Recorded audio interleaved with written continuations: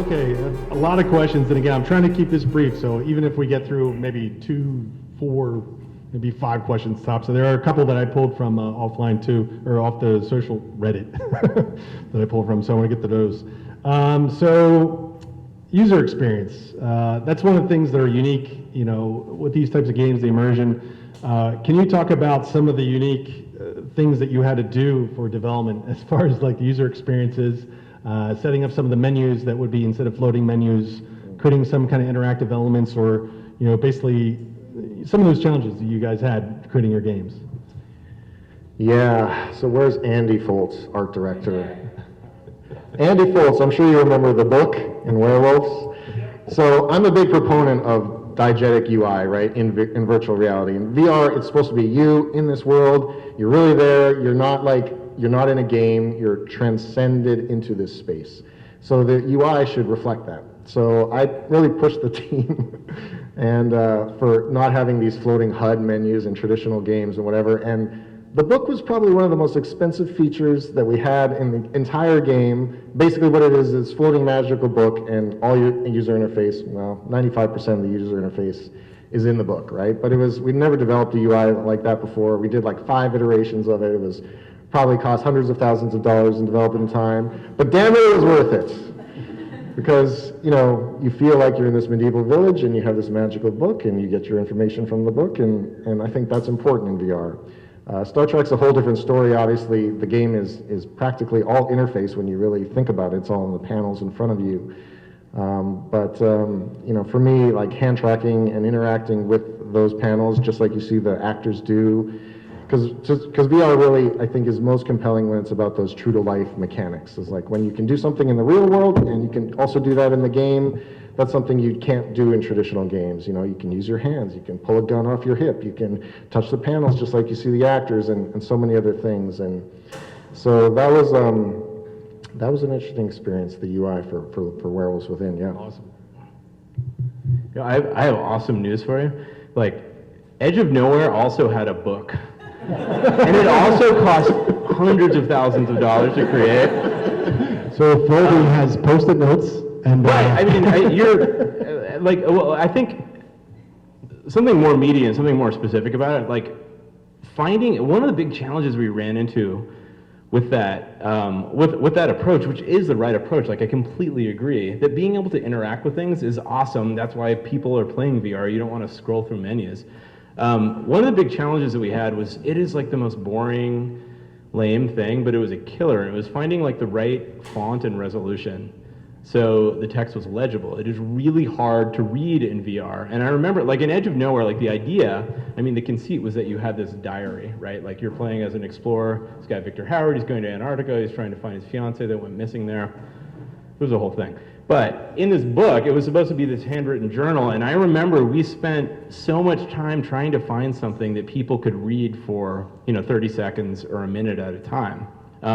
And I think, I mean, a lot of this experience, and the reason why it costs like all of this time and money to do it, and it's one of the reasons why VR is completely awesome, is there are no solutions for these things. We know now what works, and we do. We know like what font to pick. We know what doesn't work, which is cool. But almost everything that you try, when you first get into this space, even really simple things like, oh, we want a font that looks like it was, it was handwritten. It completely doesn't work. I mean, that is why this medium, I think that's why this medium is so exciting for developers, is because we essentially, at the end of the day, like all three of us, this is true, like we've been doing this for a couple of years, we get paid to know stuff, right? That is at the end of the day, like people are like, McCabe, you're gonna know the answer to this question. The reason why VR is kind of cool and liberating is because you don't. But nobody does, and so it comes down to real problem solving, like sitting down and figuring out like what's going to work, prototyping a lot of different things, same experience you talked about, and then you arrive at this thing that finally can inform your future experience. Like the UX space just in general in VR, it's amazing.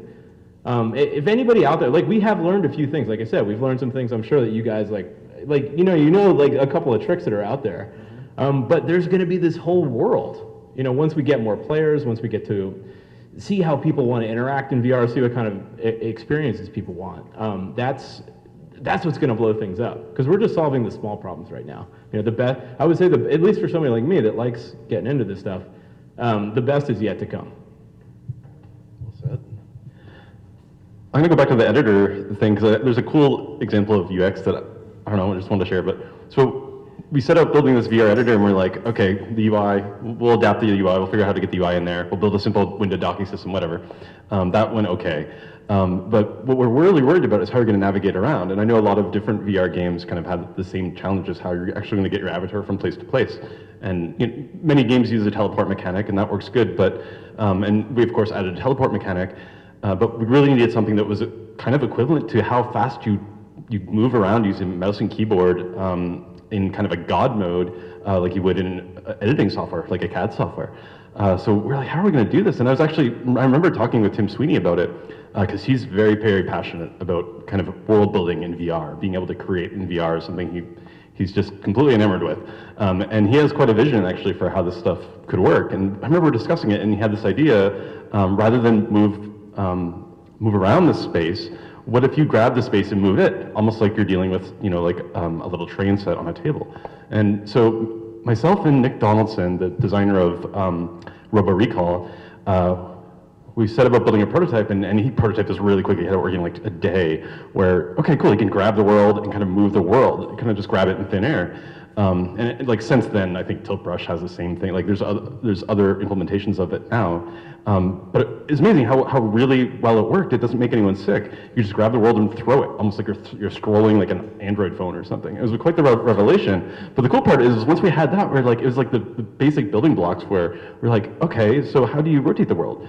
Let's just try like grabbing it like you're turning a bus, and like the wheel, a steering wheel on a bus, and just turning it. And it's like, how does that feel? At first it felt like a little bit, oh my God, this is crazy, especially if we allowed you to tilt. No good. So we turned that off. But some interesting, like this is the whole thing where we're all learning, and as soon as we had that working, you're like, wow, okay, this kind of works. But you know, the experience of the sky rotating around, it's not like based on my own actions. It's not a phenomenon that you can ever experience in real life, really, right? So it's immediately like disconcerting. So we had to do some things where we fade out the sky as soon as you go into this mode.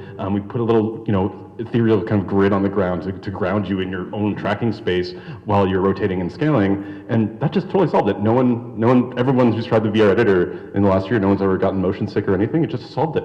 And you can move around very quickly once you get used to it. You can scale up and scale down. Works great. So it's just an example of like no one had done it, right? So we're like, we got to figure out a solution, and just some good brainstorming, and we're really happy with that. Like it's still working out really well. So it's fun. It is fun. So earlier I talked about, with you guys talking about the books.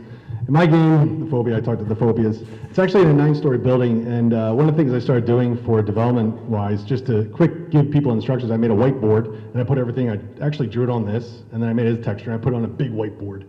And then after that, I started doing Post-it notes for myself to like say where I needed to improve things, virtual Post-it notes. And then I released about 100 keys to Reddit and different locations. I got tons of feedback of people saying like, I love the Post-it notes. We spent about an hour looking for all the Post-it notes. It's like they thought it was like an achievement, and I'm like, oh my God. And they're like, I couldn't read the Post-it notes. Some of them were illegible. So then I went to Procreate, and I went to the fattest brush possible, and I just made the Post-it notes like 4x the size. Now there's Post-it notes all over the actual level, and people like going around searching for them. They're like, it's so amazing what you did with that whiteboard. Now, past experience being like a production guy, people would shoot you if you like sat all the time on the whiteboards and stuff. But it was really cool to see, you know, a different way of approaching like giving people information. And I'm sticking with it until I can get some good VO in there. So anyway, so cool. So things are moving along pretty good. And now I have to get my iPad thing going here. Sorry. And you just saw my password. Don't say it. I just saw 6. Yeah, that's right. It's 1, 2, 3, 4, 5, 6. All right, so we're going to do one more question, and then I'm going to just do the 2 questions I got from Reddit, because they're pretty good. So hand tracking, it's kicking in full force. You know, you get the Oculus coming out with the Touch very soon. Vive has had the hand tracking. I remember back in the day, Duke University had the Dive, Duke Dive, which is the Duke Immersive Virtual Environment. I remember hand tracking that was just mind-blowing. And when they came out for the Vive, it was just like, wow, this is awesome. And now Google Daydream, they also have like the Wii type remote and stuff like that. What types of, you know, hand tracking like tips, tricks have you come up with this new style of interaction? Not only just for the games, but also for the interaction, because it's a new way of interacting, with the environment, this immersive environment? Yeah, I think for me, it's just being able to just sort of grab things and move things one-to-one or interact one-to-one. I mean, that's part of the awesome experience of having the touch controllers of the Vive. So as soon as you see your hands in VR, it's just that extra bit of immersion that you need. But yeah, just one-to-one movement, one-to-one kind of grabbing and touching. You know, I'd love to have more kind of dexterity. Like the touch controllers are great in that they have kind of the capacitive sensors, so you can do some more interesting things there. But I can't wait till fingers and just more minute interactions are possible. I think that will open up some interesting kind of possibilities with, especially when it comes to like UI or kind of fine-grained control of things.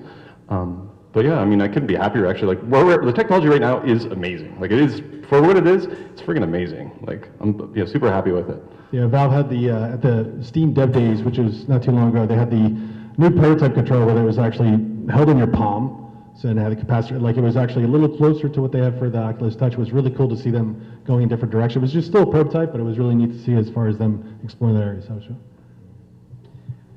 I mean, I think the biggest thing that we've learned from working with touch is forget about buttons, forget about control sticks, forget about like all those things that we've learned, after making AAA games for so long. The advantage that you have is you really can just try to focus on cognition. And I guess what I mean by that is, one of the things we learned, so we've demoed the Unspoken Everywhere. It is a game about magic in the modern world. We want to make it feel like you're casting spells. That is the whole thing, powerful magic. One of those involves throwing a fireball, because we had to do a fireball. There are a lot of things that go on when you're throwing a fireball. You're pressing a couple of different buttons. There are certain hand gestures. What we do to teach people, the thing that we found out that works, is to say, okay, throw a fireball. And people do it. That is freaking amazing. To anybody that's made games with controllers, like that's the craziest thing. You can teach people to shoot. Shooting is a really, really good analog with a controller. Nothing else that you do with a controller is anything like the actual cognitive part. We just learn it. We've been doing it, how long have we been using dual stick controls now? Yes, it's easy. It's not easy. Watch my 6-year-old do it. Watch my 72-year-old mother do it. It's really, really hard. The difference is they can throw and they understand that. Big takeaway for us, why motion controls are so transformative and so important to virtual reality, is that you can just tell people to do stuff. You can rely on all of the things that we know coming in. And that's, I mean, that was a huge thing to learn. We probably learned a little bit of it the hard way, but I think moving forward, the experiences that really work, that really grow the audience and bring VR, to so many other people are going to be the ones that just let people do things that are in their mind. Yeah, I couldn't agree more. I mean, one of the things that touch and hand tracking brings to gaming is accessibility. It's exactly what you said. It's just you already know how to reach out and touch something. So in Bridge Crew, you have these panels, and we can say all right, reach out and turn on the shields, and they know to just reach out and touch that, right? But we also have to, because touch didn't ship with the original Rift, and because the Move doesn't ship with PSVR, we also have to support gamepad. And so what we did is we mapped the hands to the 2 sticks. So it works, pretty good. It's kind of cool, but it's not as accessible and it's not as easy to understand and learn as just using the hand tracking controllers. So yeah, that's one thing I'll say, is try to be as natural as possible in VR, because that's what it's really all about, right? It's about making experiences that are virtually real, and that includes your limbs and how you interact with things. So yeah, hand tracking I'm a big proponent of. And I can't wait till we have more so we can do accurate elbow positions and things like that. All right, cool. I'm going to go ahead and pull one of the questions from Reddit. It's a good one. It's something that I've been experimenting with quite a bit myself with my game. But FR Viana, thankfully, doesn't have some crazy name. Asks, are the major studios researching alternatives to allow first-person walking instead of teleporting? What are their opinions on first-person and walking versus teleporting? Yeah, so I feel I'm guessing you guys would agree, teleport was the first version of movement in VR that didn't make people constantly throw up. And it's successful in that way. It's the sort of most comfortable version. But what I think we really want to get to is the most realistic version. And there's a lot of factors in that, right? How fast you're moving, things moving in your peripheral vision, and actually I'll call out one of the other Ubisoft VR games, Eagle Flight, where they did some really cool stuff with, you're flying like an eagle, it's high speed motion, you're whizzing by buildings and the streets of Paris and all this. And some of the experiments they did with was closing in your peripheral vision when they detected things that were whizzing in your peripheral vision, because, I mean, that's what our peripheral vision is for, right, is to alert us of things that are coming at us from the side, and that goes back to the Neanderthal days. So our peripheral vision is the most sensitive part of our eyesight for motion. So that's a good trick, is like, you know, when I first saw it, I was like, I just looked at it, I saw it on the 2D monitor, and I saw these like black circles coming out on the edge of the screen. I'm like, that's ridiculous. Like, it's going to be terrible in VR. But the funny thing is, when you're actually in there, you don't really notice it very much, which is interesting psychologically.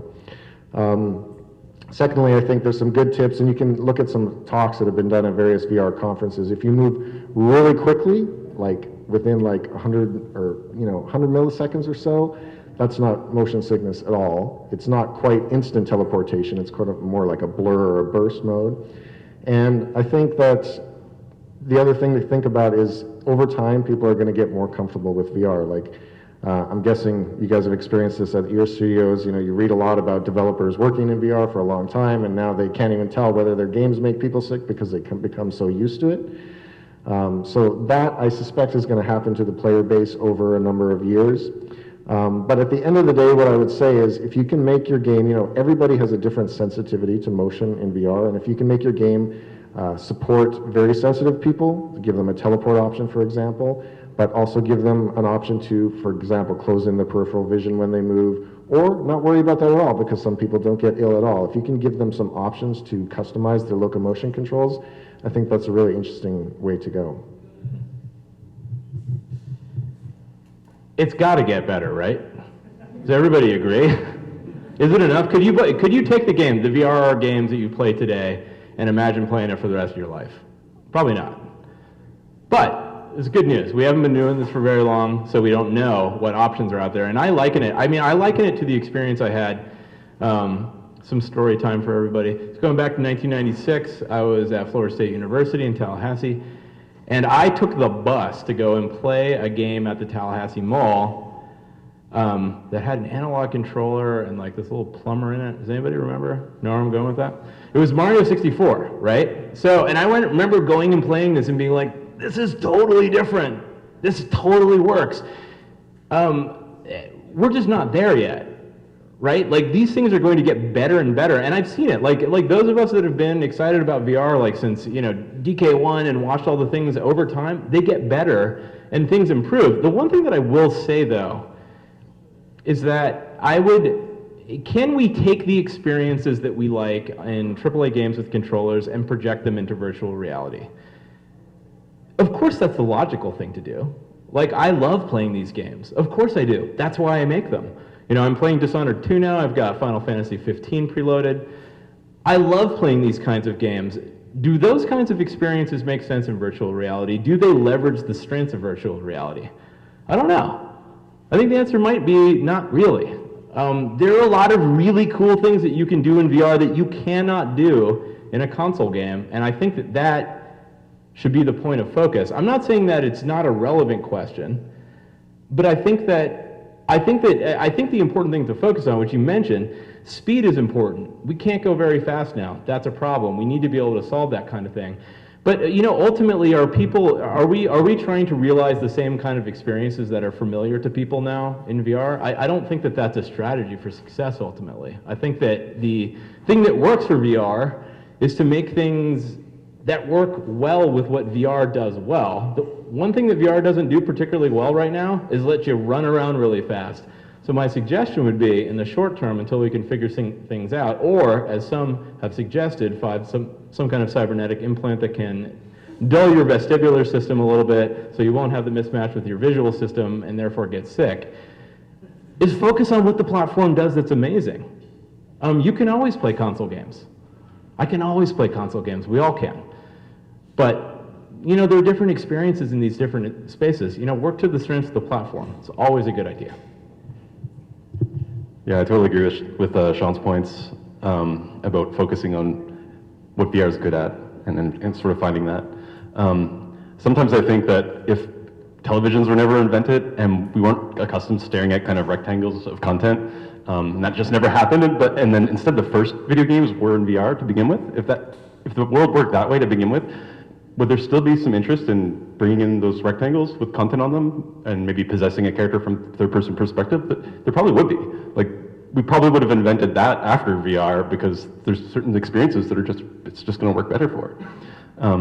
But I'm super interested in solving the kind of traveling. I've already spoken enough about navigation in VR, but there was one cool thing. I saw a coworker sent me a video of it that I thought was rather clever, where they had the Vive track space, and they kind of just, it was like an RPG. This wouldn't work for every game. And they just walked to the extent of their track space, and then kind of like a little mini game would commence when they got to the extent where kind of the world would kind of ghost out, and they sort of follow or like turn their body to face the floating air, like this kind of beacon in front of them, so they get like a little visual cue on the side of the screen and say like turn this way, and then meanwhile the whole world's faded out, so they're not getting any experience like this is where, why am I turning this way?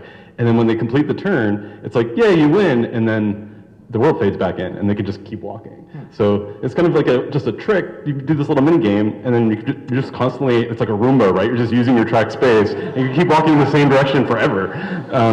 So I thought that was pretty clever, because that would work on any room scale VR device. As long, it wouldn't, maybe not, multiplayer might not be too good, but for like an RPG experience or like a Fallout thing, like that would be totally fine. It'd be good. Cool, awesome. So that is pretty much the questions that I want to ask. I'm only taking the one for the social because we started a little late. We're about 45 minutes into it. And I do want to take probably like one or two questions from you guys as far as if you have any, because I know you want to refill on beer and you want to play the demo. So if you guys like to ask a question, please feel free to ask. Go ahead.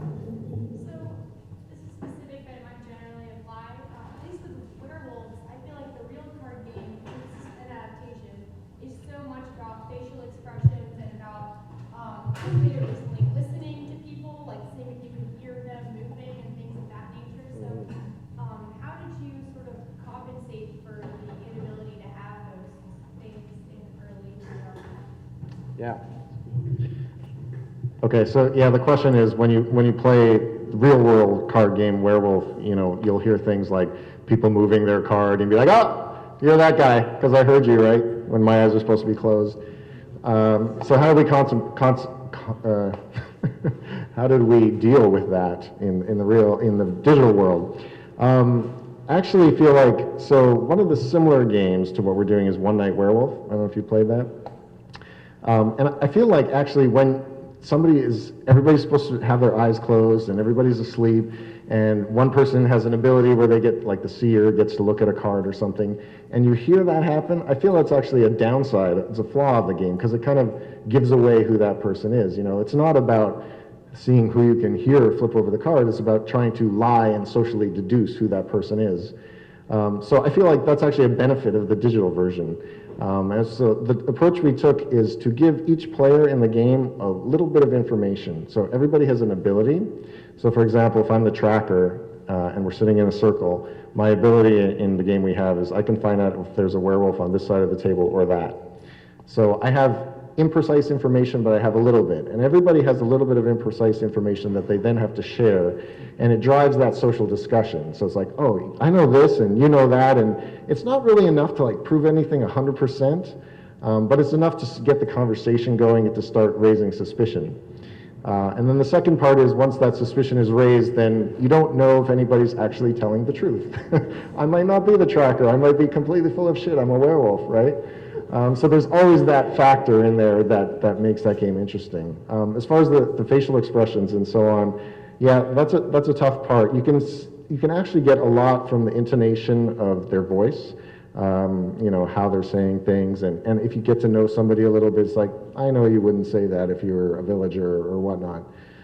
So surprisingly, a lot of the social deduction is still possible. I think with next-gen VR headsets, It's pretty certain at this point that we're going to get things like eye tracking and facial expression tracking, which is going to be amazing for social VR. So those types of games are going to get even better. Cool. Yep, Juan. So, Can you stand up, Juan? so the headsets have been, steadily progressing from GK1 to the 3 that we have now that are released. But they're still in sort of their infancy.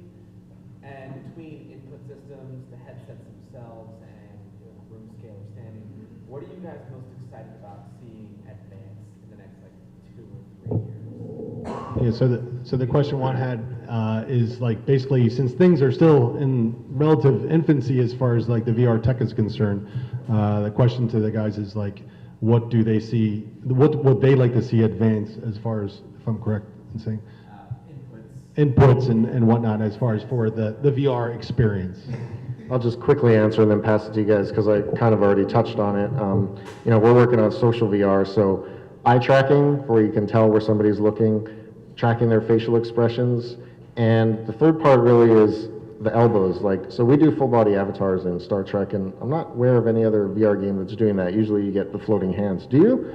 Bravo, bro! I'm gonna play your demo. Eve? Oh yeah, because they're attached, yeah. Yeah, when I played Dead and Buried, it had floating hands. Well, maybe the later version, okay. Well, that's good. Okay, well, we're one of the first. Actually, but all I really care about is representing yourself in VR as fully as possible. So part of the problem with, you don't have that elbow information. So we can't tell the difference between moving your elbow like this or moving your wrist. And with Star Trek, we have a limited interaction space, so we can do some pretty cool tricks in terms of where we'll allow the player's elbow to be. But with eye tracking, facial expression, and some type of system for your elbows, we would basically be able to represent the whole upper body very accurately. So I would be excited about seeing that. Super easy question. Foveated rendering. Yeah, that's part of our. That's the answer. It's foveated rendering. The fovea is this little thingy at the back of your eye. It's where all the detail. There's a cluster of rods. I don't know why I'm putting my hand back here to demonstrate that. It's a cluster of these rods. It's where all the resolution is. If you look at a plot of angle degrees away from the fovea for your eye, all of the detail is right there in the center. There's some really cool tests. If you look up foveated rendering, I don't know if anybody remember that. There's a really cool test that you can look at, and the thing that you realize is really I only see that. That's what matters. Everything else is garbage. That is a lot of wasted pixels. So, what does that affect though? Why does this matter? Why does this tech buzzword matter?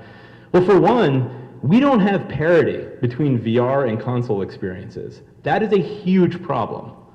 It is a really big problem because people expect things to look amazing all the time. If you spend a lot of time playing, Uncharted 4 or, any other game looks just like The Witcher 3, that's what you want VR to look like. Now, people will be able to take advantage of the whole presence thing, a lot of the things that VR brings, but I think the lack of parity between experiences is a really big problem. Foveated rendering, if they can actually track the eye and see what it looks at, they can concentrate the detail on the things that actually matter. And what that means is you're just making such smarter use of the underlying hardware. It could also do another amazing, this is something that Michael Abrash brought up in his keynote speech at OC3 recently. But one thing that he said is that's the thing that will enable wireless communication. So you could be untethered at that point because you're transmitting so much less data that you could do a 4K frame. You could do something that looks spectacular, even with a wireless device. Foveated rendering is an astonishingly hard problem to solve. Eyes are really different. They're all different. Look at the people in this room. Look at the person next to you. We all have very different eyes. You have different eyes. We have kind of similar eyes. I'll say. But we have really different eyes, so doing this, I don't want to make light of it. There are a lot of really, really clever folks out there that are trying to solve that. I believe that it will be solved, and when it is, it's gonna be huge. You're finally gonna see that gap reduce in so many ways, and I think it's just gonna be a huge leap forward for all kinds of VR experiences. Yeah, you guys covered everything. So better full body tracking, including like legs and everything eventually. More like I work on precision tools. I want more precision, more accurate sensors. That's not important for every type of VR experience, but for mine it certainly is. Fingers would be nice, and then field of view and just anything that like the resolution, the full video stuff will be huge. And then just getting rid of the cords. If there's less cords and more simple setups, that'll be nice too. Yeah. Cool. It's gonna be awesome though.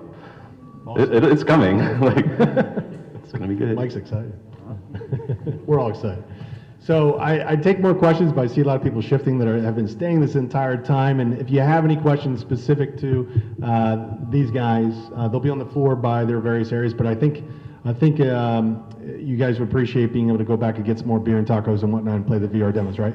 So I want to thank again these guys. I want to, as far as being able to do this, appreciate it. And hopefully we can do this again, and also DailyPint and everything else. But